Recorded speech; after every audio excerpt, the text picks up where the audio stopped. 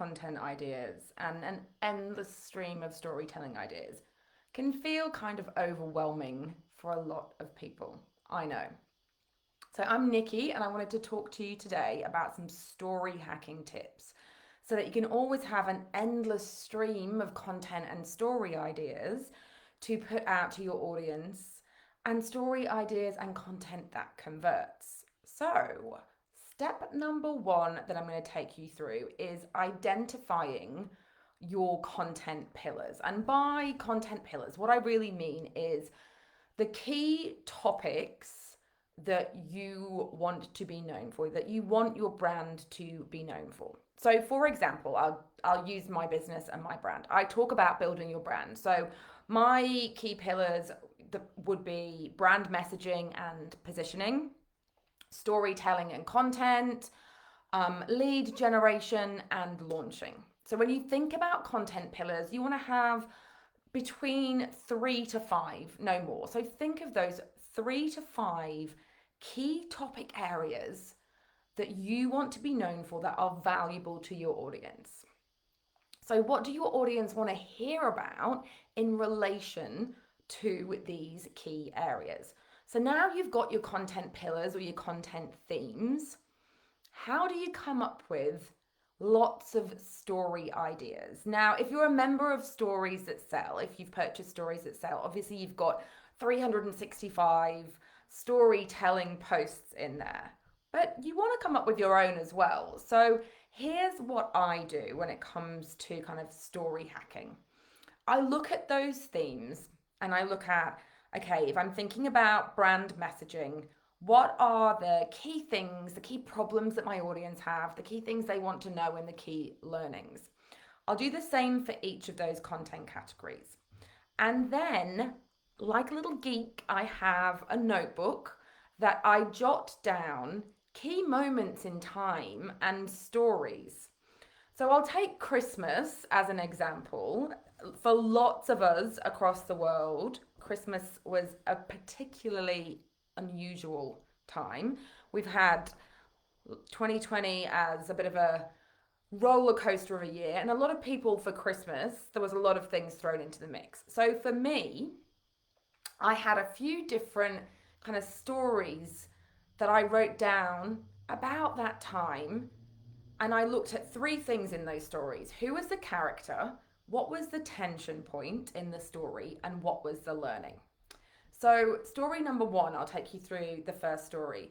One of my friend's husbands bought her a gift, which was really for him. It was quite an expensive, fancy gift. I'm sure he won't mind me sharing. He bought her this great gift, but the gift was really for him. But what he did was position. He really sold it to her in the way that this was for her. It was a new sports car, and it was really because obviously he wanted to drive this sports car. But he was like, "This is going to be our getaway at the weekend car. This is our date night car." He sold her the vision of like hair blowing in the wind, sunsets, going out on romantic dates. Put a big bow on the car. So that story I can use as a story around brand positioning, because it's all about how he sold the present that he bought for himself, um, but really was giving to his wife. So that's a really great story for me around the power of messaging, the power of positioning. So that was one little story hack that I took.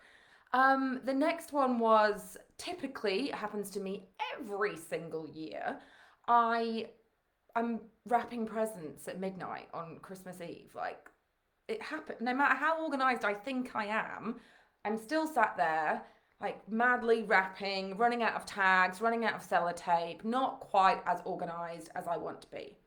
So, for me, that's a great story about when you're launching, about planning in advance, about having everything organized, about having everything right. For you in your business, it could be another learning around doing things last minute, not having what you need. So I just look at those little learnings out of my own unique stories, and think about how could I spin those into, a learning or a story that I can create on social media on email, on blog, on a live stream to help my audience. One final one, which I'm sure everyone can use, is for us, Christmas was a bit unusual because in Sydney, on the northern beaches where I live, they put us into lockdown in these two zones. So there was this northern beaches and the southern northern beaches, and my parents are in one zone and I'm in the other zone, and we were having Christmas Day together, and they were doing the entree and we were doing the main course, and the night before we find out we can't have Christmas together, they're going to be on their own and we're going to be on their own, and we're like, hang on a minute, they've got nothing to eat for main course, we've got nothing to eat for entree. So, in the grand scheme of things, it's really not that big an issue. But it's another example of, okay, how do you improvise? There's a story about, improvising at the last minute there. What do you do when life throws you lemons? How do you turn things around? So look for the stories in everything. Just drop them down in your phone on a little notebook. I do that. I've got a whiteboard and I just scribble them on throughout the day, just little notes about things my kids have done, different stories, and then I bring them back to my content pillars. I look at those content pillars of brand messaging, lead generation, launching, and storytelling, and I go, how can this story fit into one of those categories to bring value to my audience? So I hope these tips have helped you today. I hope you're all having a great new year. And I will pop in to the Facebook group and onto my Facebook page again to give you some more content later in the week. Have an awesome day wherever you are. See ya.